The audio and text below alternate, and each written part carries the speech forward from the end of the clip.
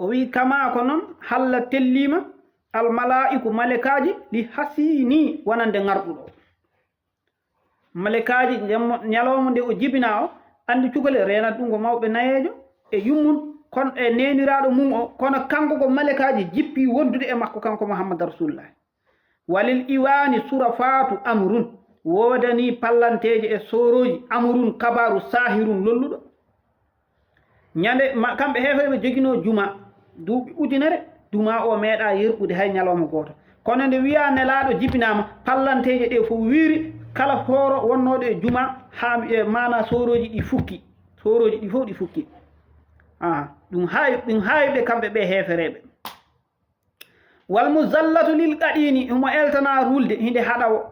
harra wa ɗisin mboyi e nguleki o wuletake ha ɓurta kanko annabajo buubi juurata ko e ɓandu makko ɓoongi ŋatata o kanko nelaɗo Allah sallllahu alih w sallam o hartotako o tuttata o piipotako ko laaɓɗo cerceniɗo allahu akbar sken mouhammad rasulullah o wi bihaniranu furusin hamidatun wa malil bahari min ma in ma'ine bihaniranu mana furusin farisiyankoɓe ne joguino yiite ko yiite nge ɓe rewayno duuɓi ujunere nde wiya nelaɗo Allah feeñi yiite nge ñifi wa malil bahari min ma in ma'ini hiɓe joguino mayel ngel kadi ko hen ɓe rewayno mana ɓe yiya ko allaji maɓɓe maayo ngo ne ɓeeɓi a yiyata e maayo ngo min ma in e ndiyam ma'ini ɓuula jam a yi ɗum o wi on sanga busaydu haali ɗum caggal wa kana binnari ma bil ma'i min balalin wa kana bil ma'i ma binnari min darami o wi nokku wannowɗo yiite o ñifiri comme no nokku wannowɗo ndiyam o ni nokku wannowɗo ndiyam o o ɓeeɓiri comme no ko sikkata ko yiite nge wonnoɗo a yi ɗum malil bahari min ma in ma'ini kana binnari ma bil ma'i min balalin wa kana bil ma'i ma binnari min darami allahu akbar o wi a yiyata min ma in e ndiyam ma'ini ɓuura jam sken gora o wi biha anna la'inu biha rujumum biha ko sabu makko anna hotti a la'inu no kuɗaɗo o woni iblisa natti yi'ede biha ko sabu makko rujumum mana seyɗaneji ɗi tarammat ɓe werlila mana morloje yiite li sayaɗinu wonande ɗi seyɗaneji a suɗuni coɓɗi o wi salil asnama namdo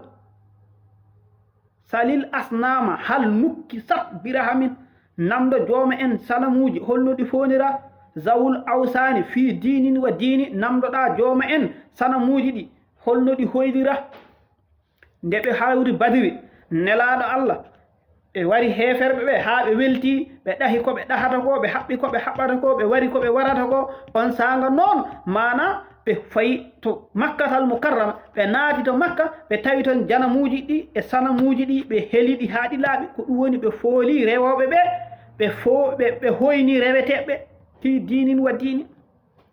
on sanga mawɗo malik wi lima fi jawfiha isa'u si'run yuqarribu kulla zi dinin wa dini lima ko woni lima fi jawfiha miɗo yaltina ko woni fulkuru isa'u fuɗɗade si'run jimri yuqarribu miɗo weltina kulla zi dini kala joom dini wa dini e dewal Allah mo jaawiba jaabima as-sa'ili namdiɗo al asnama sanamuji ma yumilu kumu holko oñi on wa duntu on laatinomo bi rukuni oɗon sujjane nde ara yawmal qiyamati malaka e kanƴi ɗiɗo jalaneji ɗiɗo sanamuji andi ɗi sujjanteno ɗi ara toon taw hiɗi hoyi goram kanƴi tan hiɗi teeli ɓe namdiɗi onon kam ko taki hande oɗon teelɗi oɗon sujjanteno oɗon waɗanteno rukunu hande oɗon hoyi ko addi bone fa muftaqirum bi muftaqirin ɓe wi an onon sanamuji onon wi ɓeɗo e rew on ni sanamuji ala min mbiyani ɓe non de ɓe wi onon ne ko onon rewi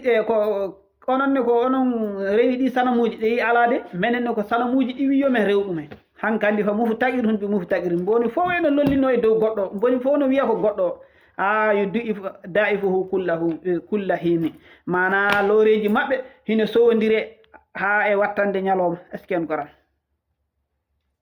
fa muftaqirum bi muftaqirin yo da'ifuhu du'afahu fi kulli hina wa amun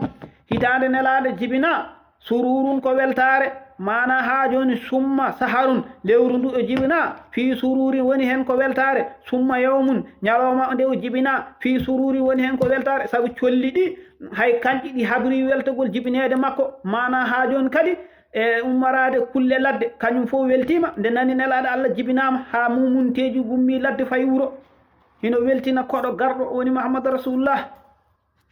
ata ari fil huda e peewal arunil quruni ko hohoɓe wa idun julde mawlude duna tawnama a ayadil uyuni dendagal julɗele winder rabiun ko lewru rajib wasani ko ñalawma altine fihi e mum sahirun ɓuuri lollude ko hen woni ko nelaɗo jibina bi amil fiili hitande ñiibi yawman baada nuni capanɗe joyi ñalawma e go'o ɗo miɗe hewno arde ɗo mi haaɗa ɗo tan taw mi haalanani yimɓe o ista oɗo gorko wiyeteɗo abrahata ande noon abrahata o wiyete hande noon e welede Allah mamin kalan on ista o ha laaɓa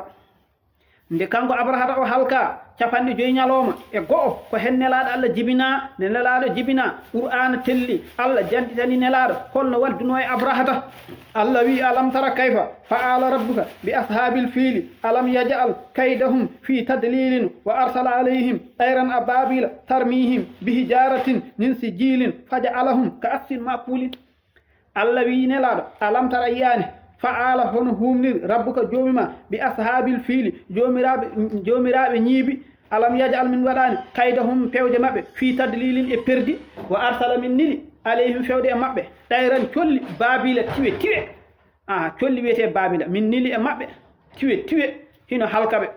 bi hijaratin hino weddoɓe kaaƴe min si jiilin kaaƴe mahrade e ɗakkere faja alahu haɓe way ka asfinno huɗo ma akulin ŋeñako oɗo abrahata noon